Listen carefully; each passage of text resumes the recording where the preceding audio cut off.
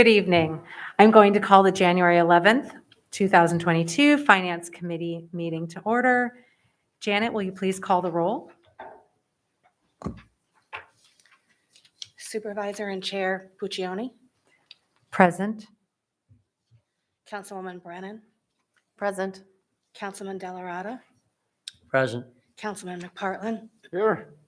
Councilman Moskowitz. Present. We have a newly appointed town controller, present, and town attorney Finnan. Here. Thank you. Thank you. Can I have a motion to accept the meeting minutes from December 9th? Motion to accept the minutes. Do I have a second? Is there any discussion? All those in favor? Aye. Aye. Aye. Yes. Aye. Thank you. The minutes pass. Okay. For the Finance and General Committee meeting, we have a discussion on budgetary modifications. Janet? I'm going to ask you guys to bear with me because I'm just getting my voice back. For the 2021 budget modifications, the first one is simply recording a revenue, a donation that was received by the town historian for a historic marker to be placed on a building. The second one is covering an over budget for mailing tax bills for the end of the year. And that's basically, it's a shared account, and there are some unexpected expenses for the year, so I'm just moving it from one line to another. The same thing with the electricity line from buildings over into the 3310, the traffic safety signs. We went a little bit over in electricity there. The final line is just showing the revenue from the gifts and donations. The historic marker was ordered in 2021, which is why I'm doing this budget modification for 2021. It's been ordered and encumbered. For 2022, on your next agenda meeting, you're going to see a recommendation for the town board to accept a Climate Smart Communities grant from the DEC. This budget mod is going to be reflecting that budget mod coming in. I'm sorry, not the grant coming in if the board accepts it. And it also shows that because it's a matched grant, which means that they're going to give you $25,000, but the town has to match $25,000. We would have to set up a budget mod from the fund balance to cover the town's portion of the $25,000 so that expenses can be met. So that's what that whole second page is reflecting. Thank you, Janet. You're welcome. Does anybody have any questions? I know it's a lot on your first time.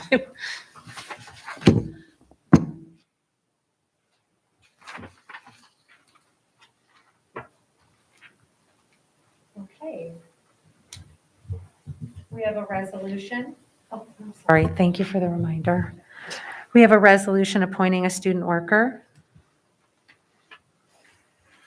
So I'm not entirely sure if I need a resolution to reappoint the student worker that's currently working, moving the camera around.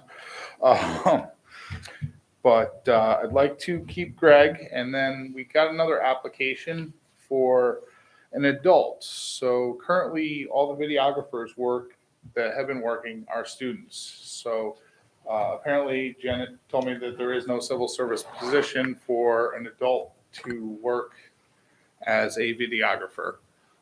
So we would have to create a position so that then we could hire this gentleman. He would be filling in the gaps that current Greg, they're both named Greg, so it's a little confusing, that Greg can't make at night. And the adult Greg, I believe his last name is Greigel, is a part-time videographer, does weddings and that type of stuff. So he was looking to pick up some hours. I told him it was a minimum wage job. He was okay with that, which would have to be reflected in the civil service job, I'm assuming. No? Okay. All right. So if the finance committee so desired and the board so desired and wanted to move forward, we would create in the controller's office a new position duty statement and a letter from the supervisor asking the Civil Service Commission to create the position of videographer. I was able to obtain from civil service a job description for Westchester County that we could use as our foundation. Ideally, it would be nice to do that this evening, because if you want to put the person on for the end of January, I have to have it to the Civil Service Commission by midweek next week. Is it clear where the funds will be coming from No, that has for not been the discussed. salary? That has not been discussed. So right now, the student workers that we have are volunteering. They're getting paid. They're They getting actually paid. come out of your budget. They actually come out of the town boards.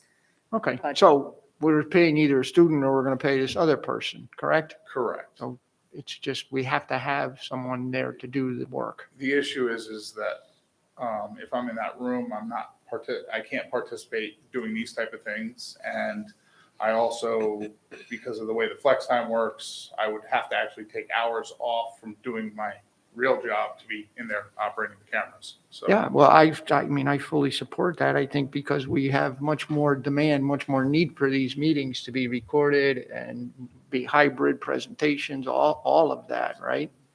Yeah. And that's a lot on one person and Mhm. really two people.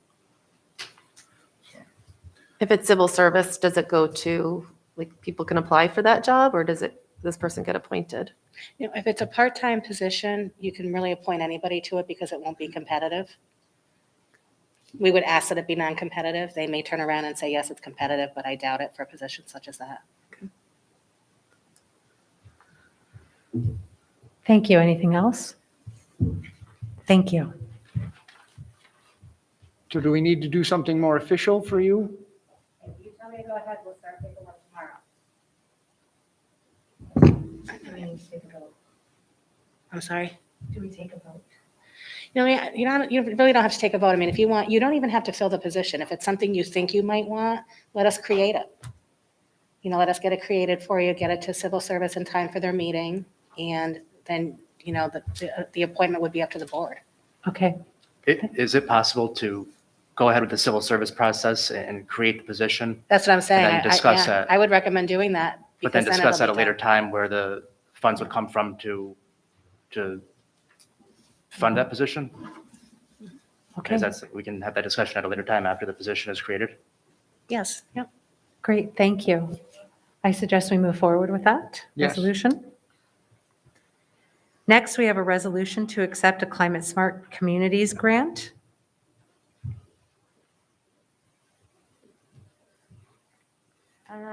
Yeah.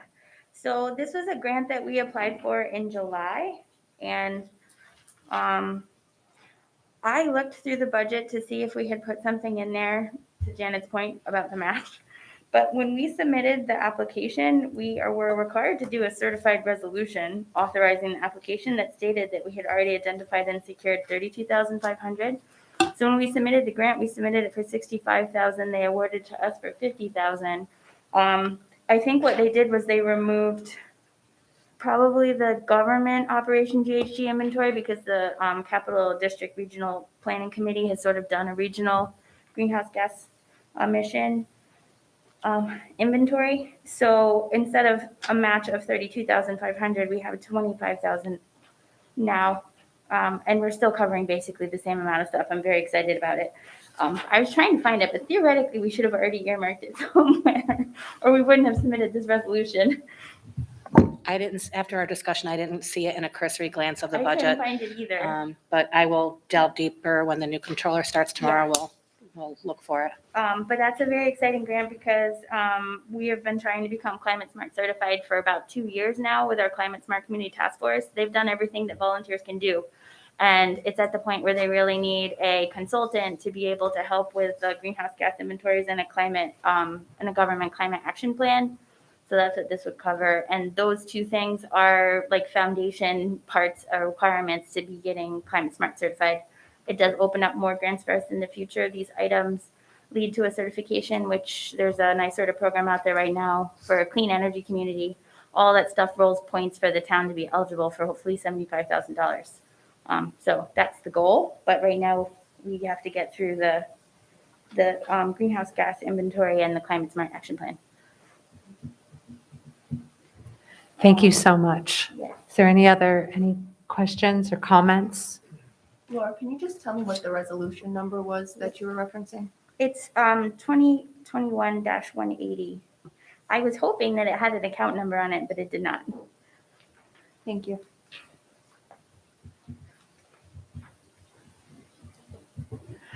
I recommend we move forward with that.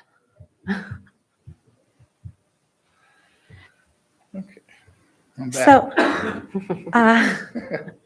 as chairperson of the committee, the board and I are not ready to move forward with the resolutions addressing the phone system at this point. So I wish to table items D, E, and F. Moving forward, we have item G, a discussion regarding EV charging stations, electricity usage, and funding. We're playing magical seats here. Okay, so this one's just for discussion. We had authorized a charging stations to go into the town parks. But when I was working with Ray and Matt and Charlie on the actual installation of them, we realized that we thought about, so the charging stations, they're like charging stations that you see when you go throughout town. You pull in, you plug your car in, and there's software that the car uses. And we budgeted for the software, so we added a new line in our budget every year to be able to cover the software for the charging stations, but we forgot about the electricity. So what I had discussed with a couple staff members was that we should put the electricity in the same place that we're keeping track of the software for the charging stations, so that we can understand the total cost to the town in one kind of budget line. And just to give you an idea, I had the company pull what the electricity was for their electricity stations on, what's the name of the road? It's like right in front of City Hall in Schenectady. And she said it would be very similar usage to what we see in the park, like it's, kind of low during the weekdays, and then on the weekend it's very high because people come to the green market and everybody wants to plug in their EVs. And that tends to be about $5 to $15 a year per port when electricity costs are lower, and then $15 to $25 a year if electricity costs are higher. So like we're putting 4 stations in 3 parks. So like worst case scenario would be that we have to charge about $100 of electricity per park per year, $300 total. The other thing that we can discuss is, there's a fair number of EV stations out there that are free, like the ones at Town Hall are free. But there's a fair number that charge. The software that we have allows to charge, so you certainly could charge. But I figured out how much. So you charge typically between 15 cents and 25 cents a kilowatt hour. So it just offsets the electricity that you're doing and a little bit. So like max you could probably get if you charged like 25 cents an hour would be about $30 a year in revenue. So it's your call. There's costs and benefits to doing it either way. Lots of places charge, lots of places don't. But anyway, I think Jen and I talked. We still need to do a budgeting line to charge electricity to, so that we know we're keeping track of electricity. And then we would need a revenue line if we want to collect electricity funds. That's the summary of that. You can think about it. You can ask me any questions now or later, and we can figure that out. Laura, so you're saying it's not a requirement for us to have these stations be free? It's not a It requirement. is not? Okay. There's not, so these ones, the grant is through NYSERDA. And like each charging station is like $43,000 and we're paying like, $3,000 for each station or something like that. But they don't say whether or not you have to charge for them or not. It's not a requirement. And the software that you have that comes with these allows us to track the electricity usage, is that right? That's correct. Okay. So, and from what you're saying, right now, it's sort of it's going to be a nominal amount. Right, yeah. I mean, that's their estimate from a similar station in a similar town, city, area. But we track everything together, we can figure out exactly what we're paying every time, which is why we were saying let's add a electricity line to the EV charging station line. And then if we want to charge, then we would do a revenue line for that too. Well, I think it's probably better so we can keep track of it better, right? I think that's your agreement, Janet? Yes, so we at least have an idea, because right now it's not a big figure, it's a nominal amount, but Right. who knows if these get used more substantially, that number could get quite a bit higher. It could change, and that's kind of the nice thing about having the software. Like we have to redo the software every 3 years, I think, but maybe it's 5 years. The unanswered variable here is how it's going to be billed, and I don't know that until they start with the installation. Because like with the ones here at Town Hall, they just tapped it at the building. So when we get the building electricity bill, it's all encompassing. So I can't tell you what those charging stations are costing you. Right, but Laura's saying the software is able to track the usage. Okay. And actually, each one of these will have its own meter. Yeah, because they just kind of have to do that. Yeah, because I don't think National Grid's going to break it down, depending on how it's installed. Yeah. It may not be broken down on our invoices. Well, yes, we can. Yeah, I don't see your invoices that often, but I would think, and I can double check with them for you, that if it's on a separate meter, there would hopefully be a line for each meter, even if it was all coming in the bills to the town of Niskuna. Right. That would be ideal. Yeah, because I think they probably have to label them, like town hall has a meter, you know, what are the biggest draws of electricity in our town is our lift stations. They all have their own meters. Yeah. The only other question I had was we actually put the EV charging station fees in planning 80/20, and I didn't know if it's possible to move that to Conservation Advisory Council 80/90. We can work with whatever we have, but I think eventually we'd want to kind of break it out so that it's all in Conservation Advisory Council. We can do that by board resolution on a budget mod. Okay, awesome. So we can set all that out then. So maybe just think about it and then give us direction for how you would put it, and we'll roll it up into a February budget mod. We didn't want to spring it on you and then make you have to figure that out tonight, but eventually. So the only downside to having this tracking software is the cost of it, which, is that what you say is $30? Or that's No. tracking the amount of electricity that we're using? Yeah, it's interesting because actually the software is quite expensive for each station. Sorry, I printed out all this stuff and then I disorganized myself.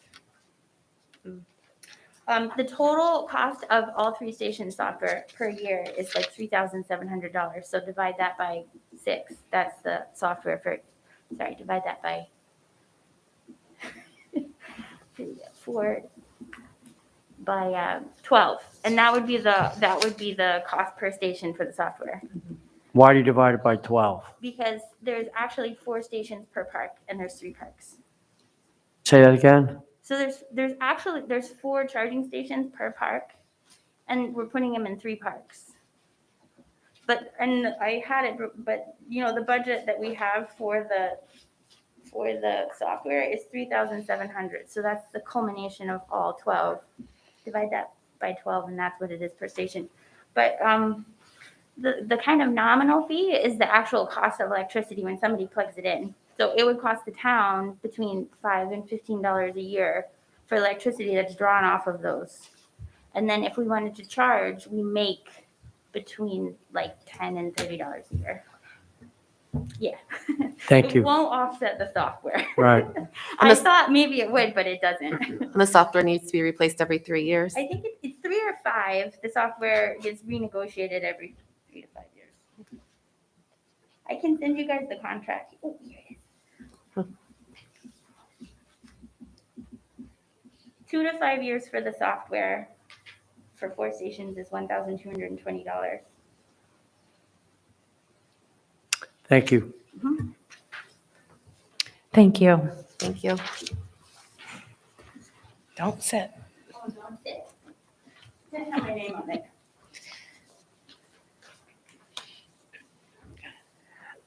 Moving on, item H, a discussion regarding CNF septic services, invoices for Aqueduct Road restroom.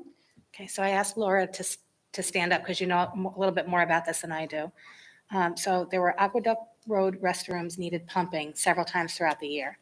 Laura's budget sustained some of it, Ray's budget sustained some of it. Now we're at, I've got $400 left in bills that neither think they have the budget for. I really need to get them moved forward and paid. So I'd like to put them on for the budget mods to come out of fund balance. It's $400. But more importantly, I feel like this is a discussion we need to have because we can potentially start this up in the spring again, right? I really doubt it because Rivers Ledge is required to hook that bathroom up as part of their planned unit development, Okay. and they're asking for a temporary CO. So, like, Okay. I don't think that this could go all the way till spring without being fully hooked up into the line. If they're gonna hook their buildings up, it's a low pressure system, so Matt's the one that can talk to this better, but you couldn't hook up one bathroom like a mile away from Schenectady because it's not enough to be pushing through the line. But once they start those, the apartment buildings at Rivers Ledge, then everything's kind of moving together. So they're actually able to connect the bathroom now at any time. Like if the ground's frozen, they might have to wait until March, but I don't anticipate like a vast amount of usage between now and when they would tie the bathroom. So we think because I have October and November outstanding, we think we're pretty much done then? It should be. Yeah, I mean, the other thing that we can do, which I mentioned before on these, is we can just for the time being, if we don't want to pay for the pumping and we know that the connection's going to be quick, we can close the bathrooms down. We just have to give notification to the different parks and things that are there, the different users, that the bathrooms will be closed until we're able to do the hookup. The question is, do you want to pay for the pumping and leave the bathrooms open to the public until, like, it's mostly the rowing clubs that are down there? Or do you want to save the pumping costs, close the bathrooms until we're fully connected? Yeah. If you could take, I have enough in my statements to cover that. You're the But I man. would not look to do it next year. I would like other provisions. I paid for two of them previously. And I know Laura had talked to the previous supervisor. She said she was gonna cover them. That didn't get done. I have enough in my revenue 2021 line that you can take that. Thanks, Ray. But I would like, because it's easier for you, we can do that internally. Yep. But I would like different provisions made for next year. Is this at the pavilion? This is at the Aqueduct Park restrooms, right there by the Rexford Bridge, the new ones that got put in. Where rowing is and all that down there. Okay. And the restrooms are functioning, right? Yeah, they've actually been functioning since summer, but really Yes. correct, he's paid for all the pumpings. Right. Well, no, Matt did one. Oh. Yeah, Thank you. yeah. Spread it around. So the hope was when the bathrooms were built that Rivers Ledge would have been farther along. Rivers Ledge had a lot of COVID delays and then had a lot of, well, there's still COVID delays, but supply related delays. So they ended up being much farther behind the construction of the bathrooms than we thought. So then the bathrooms got a holding tank. And the holding tank has been sustaining the bathrooms for longer than we thought, but yeah. And there was 75 people down there a day. Yeah, That's why we went all summer until they got busy and then Laura reached out to them, why is it filling up? And it was 75 people a day involved in rowing. So Which that's is- what the influx was. Yeah, we've got to keep it operable until we can get connected with them, which going to be hopefully March at the latest, maybe April. It depends on the weather. I mean, if it warmed up, they could theoretically do it now, but it just depends. So they haven't Otherwise- dug the line over there yet. They have, I'd say like maybe 2 weeks ago, maybe they had their trucks and stuff were in Aqueduct Road, and they pulled it down Aqueduct Road and did the stub. So that all that's left for them to do is from Aqueduct Road to the bathrooms and put the lift station in. But I was talking to the developer and he said that they have the lift station like on site. It's just a matter of they will be pumping the next time. They will pump that holding tank and then put the lift station in and connect the lines. That bathroom has been a big plus though, for the people that use the park and for the rowers. That really, that's a big benefit to the townspeople for having that restroom at the Aqueduct Park. So it's well worth it. Yeah, that's a Canal Yeah. Corps grant. Yep. Still working on the reimbursement on that one. Thank you. Thank Ray. you, Laura. By the way, thank you, Ray, because you didn't plan for that at all. Thank you, Ray. Thank you, Ray. Now, without a fight, but Okay, moving on, we have a few items referred from public safety. We have an authorization to pay the 2022 Zone 5 Academy membership fee. Good evening, everyone. This is the annual, I guess we want to call it a maintenance fee to participate in our Zone 5 Regional Law Enforcement Academy. As we saw tonight, whenever we send a member of our onboarding police department recruit candidates, this is to maintain that membership to access their facilities and train through them. Zone 5 is one of the best academies in New York State. We do an excellent job down there. I don't know if anybody has any questions specific to that. Okay. And then if you'd like me to, Sure, moving on, authorization to pay Lexipol for policy software. certainly. So we've been discussing this frequently. Obviously, there's some new folks in front of me. With regards to Lexipol policy software, this is a policy software model that gives us real-time policy management from a multitude of perspectives. We were lucky enough to have this at the end of 2019 and going into 2020. That was onboarded to our police department. And when we talk about police reform, when we talk about being a progressive police department, this policy software is very well vetted.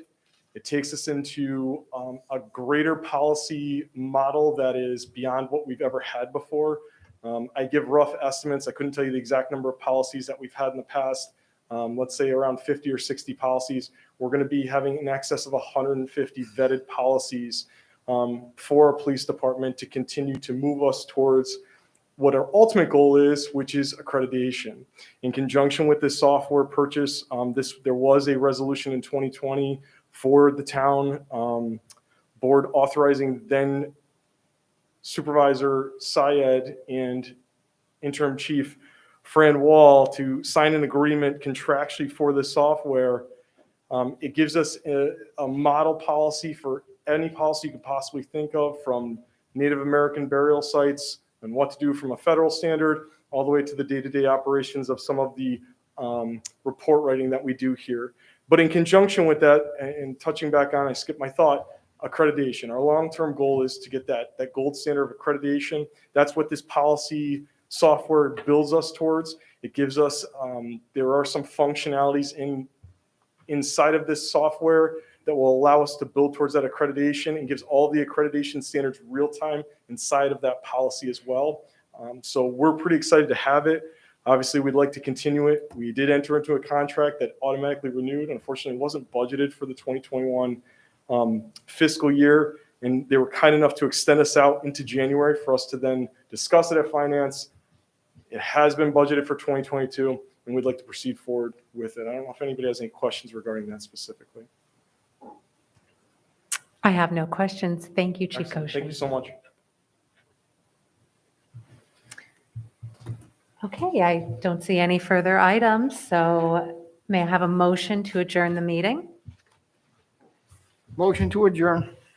In a second. Second. All those in favor? Aye. Aye. Any opposed? Motion carries.